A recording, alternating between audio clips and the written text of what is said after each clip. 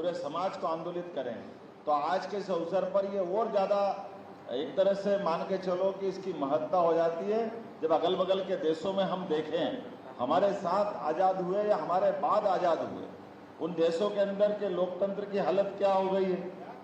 2 दिन पहले का घटनाक्रम बांग्लादेश का देखें, बगल में हमारे साथ 14 अगस्त में आज़ाद हुआ पाकिस्तान का देखें, या वो उसके बगल में हमारे पास लंका की हालत देखें। ये हालत इसलिए हुई कि उनके साथ समाज में इस प्रकार की चेतना जागृत करने के लिए ऐसे राष्ट्रवादी दलों का अभाव हुआ और उनकी दुर्दशा हुई। और हम अपने लिए गौरवान्वित थे यशस्वी प्रधानमंत्री के नेतृत्व में जो 2014 में जिस प्रकार से उनने पूर्ण बहुमत की सरकार बनाई और आज़ादी के बाद ये जिस चुनाव हुआ, तो ये तीसरा ऐसा हमारे प्रधानमंत्री के माध्यम से सरकार बनी। जोरदार अभिनंदन करें यशस्वी प्रधानमंत्री का, जिनके माध्यम से एनडीए की सरकार बनकर के आज़ादी के बाद नेहरू जी की सरकार का रिकॉर्ड बराबरी किया। नेहरू जी की सरकार बनी तो हम सब जानते हैं आज़ादी का वो दौर था जब लोकतंत्र शुरुआती दौर में था, लेकिन अब लोकतंत्र परिपक्व हुआ है। इसलिए हमको इसकी और चिंता होना चाहिए पूरे समाज के साथ खड़े करने की। और मध्य प्रदेश तो और ज्यादा ताकत से इसलिए लगना चाहिए कि हमने अपने 29 लोकसभा चुनाव की सीट जीत करके जो संकल्प हमारे वरिष्ठों के साथ धारण किया था, उस संकल्प की प्रतिपूर्ति हुई। और लोग कहते हैं छिंदवाड़ा वैसे ही जीत गए थे, तो एक बार नहीं 2 बार उपचुनाव में भी धूमधाम से भाजपा ने जो परचम लहराया है, ये एहसास कराया है कि हमारे कार्यकर्ताओं ने जिस ढंग से मेहनत की और जो हमारे संगठन की अंदर की ताकत है, उसका अपने आप प्रतिफल मिल गया कि ऐसे ही कोई अंदाज से जीत के नहीं आए। हमने जो कहा, हमारे कार्यकर्ताओं ने जो अंदर महसूस किया और जनता हमारे साथ खड़ी है, तो ये छिंदवाड़ा की जीत 29 लोकसभा की जीत। लेकिन जैसे चुनाव हो जाता है, हमने फिर अपने संगठन की राह पकड़ी और संगठन और सरकार के माध्यम से, क्योंकि ये हमारा अपना पार्टीगत कार्यक्रम के बजाय राष्ट्रीय भावनाओं से ओतप्रोत होकर कार्यक्रम रहेगा। तो जैसे माननीय हितानंद जी भाई साहब ने कहा, माननीय बीडी जी ने कहा, माननीय शिवप्रकाश जी भाई साहब ने कहा, तो मैं कुछ कार्यक्रम बताना चाहूंगा। आजादी के समय जो स्टेट थी उनकी बैंड थे, पुलिस बैंड, लेकिन बाद के काल के प्रवाह में जिला का जब पुलिस बल बना तो जिला पुलिस बल में वो पदों का सृजन नहीं रहा। इसके कारण से धीरे धीरे करके जो पुलिस के पद खत्म होते गए और बैंड खत्म होते गए। हमने कहा हमारे सबसे बड़े पर्व 26 जनवरी और 15 अगस्त है, इन दोनों पर्वों पे सरकारी जो गरिमा के साथ आनंद होना चाहिए। ऐसे में जब पुलिस फोर्स अपनी पूरे दक्षता के साथ वो ड्रिल करते हैं, परेड करते हैं और बाकी कार्यक्रम भी होते हैं, तो हर जिले के अंदर पुलिस बल खड़ा होना चाहिए। और मुझे इस बात की प्रसन्नता कि अपनी सरकार ने तय किया 26 जनवरी के आसपास कि आने वाली 15 अगस्त तक हर जिले के अंदर पुलिस बैंड होगा। और ये हमें आनंद के साथ कह रहा है कि हर जगह अपना पुलिस बैंड पहुंचा है। पुलिस बैंड के अलग अलग क्रम बने हैं, उन तीनों क्रम में अलग अलग प्रकार से उनकी छींक 5 आएगी, चिंता मत करो, गिनते रहना। अभी 3 आई है, अभी लगातार चलती रहती है। हमारे जिलाध्यक्ष खंडवा वाले, उनका अपना गेर 5 ही लगते। चुनाव में था, मेरे को मालूम है, तो हिसाब किताब से होती है और अच्छे से होती है, भगवान करे सारी गलियां साफ हो जाती है। तो हम सब के लिए सौभाग्य की बात है 15 अगस्त का ये पर्व उतने आनंद के साथ हम मनाएंगे जिसके बारे में माननीय प्रधानमंत्री का आग्रह है। इसलिए ये जो अपने पास 12, 13, 14 स्वतंत्रता सेनानियों युद्ध स्मारक पर जो पुष्पांजलि करने जाएंगे, तो मैं प्रशासन के साथ तालमेल करने का प्रयास करूंगा कि हम सब जिला केंद्र पर जो पुलिस बैंड हमारे साथ आया है, तिरंगा ध्वज लेकर के एनसीसी, एनएसएस और अलग अलग प्रकार के अपने सारे देशभक्त जाए और धूमधाम से अपना झंडा वंदन करने के लिए निकले। और हमारा प्रशासन और सरकार के साथ, क्योंकि ये सरकारी स्तर पर 15 अगस्त का हमारा जो आयोजन 15 अगस्त को होने वाला, ये 4-5 दिन पहले माहौल बनना चाहिए। जब तिरंगा रैलियां निकलेगी तो तिरंगा रैलियों के माध्यम से घोष के साथ निकले, बैंड के साथ निकले, बाकायदे पुष्पांजलि करें, तो लगेगा कि हमारा आयोजन कितना गरिमापूर्ण और आनंद से हो रहा है। और इसी में अलग अलग प्रकार की जो हमारी निर्वाचित अलग अलग इकाइयां हैं, नगरीय इकाई, नगर निगम के माध्यम से, स्थानीय शासन माध्यम से और ग्रामीण की अपनी पंचायत इकाई, उधर स्कूल विभाग, शिक्षा, स्कूल शिक्षा, उच्च शिक्षा, सब कुछ इनको साथ जोड़ करके हर एक अपने अपने एरिया में, वार्ड में, पंचायत में, घर घर तक अपने तिरंगा लगे।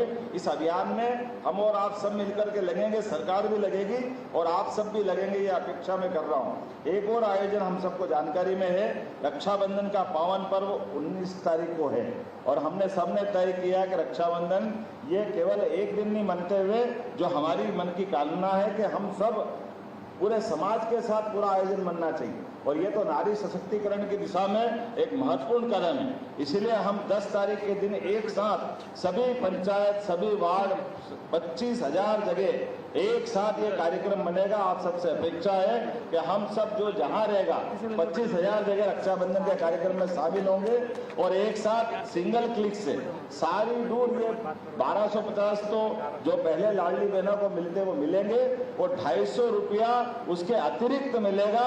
ऐसे करके ये पूरा आयोजन होने वाला है। हम सब के लिए अपने अपने जब ताली बजे तो दिल से बजे, मैं 2 मिनट वो निरूपण कर लेता।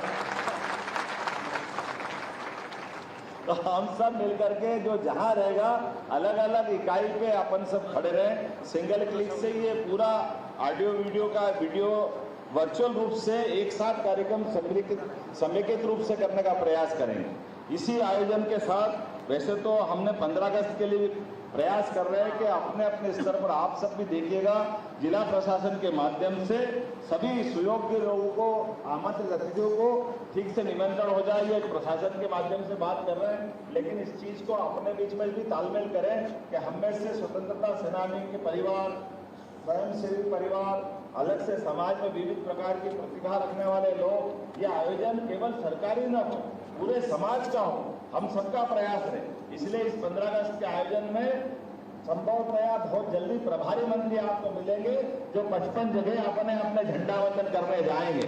ये सरकार की रचना के माध्यम से जब प्रभारी मंत्री अपना आयोजन करे तो समाज पूरा ताकत के साथ वहां दिखाई दे, ये अपेक्षा भी उसमें जोड़ रहे हैं। 2-3 कार्यक्रम और जोड़ना चाहूंगा। 2-3 तो कार्यक्रम क्या, वैसे तो हम सबके बीच में अभी तक नजरी नक्शे से सर्वे होता था पटवारियों के माध्यम से।